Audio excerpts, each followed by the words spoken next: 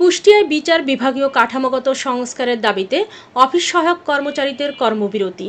বিস্তারিত থাকছে কুষ্টিয়া থেকে MA শাহীন হোসেনের প্রতিবেদনে। বিচার বিভাগে কর্মচারী বান্ধব কাঠামোগত সংস্কার, বেতন ভাতার উন্নয়ন এবং স্বতন্ত্র নিয়োগ বিধির দাবিতে কুষ্টিয়ায় কর্মবিরতি কর্মসূচিতে অংশ নেন কর্মচারীরা। কুষ্টিয়া আদালত প্রাঙ্গণে এই কর্মসূচি অনুষ্ঠিত হয়।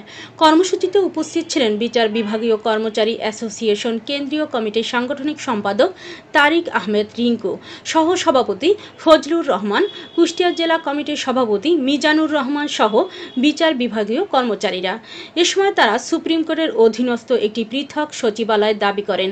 জুডিশিয়াল সার্ভিস বেতন স্কেলে তাদের 7ম থেকে 12তম গ্রেডে অন্তর্ভুক্তি ও যোগ্যতা ও দক্ষতার ভিত্তিতে পদোন্নতির দাবি জানান। কর্মসূচি হিসেবে আজকে অধস্তন আদালত ও ট্রাইব্যুনালের সকল পর্যায়ের কর্মচারীদের কর্মবিরতি। আমরা 2018 সাল থেকে আমাদের 2 দফা দাবির জন্য সরকারের বিভিন্ন পর্যায়ে একাধিকবার যোগাযোগ করেছি, মন্ত্রণালয়, হাইকোর্ট উভয় জায়গাতে।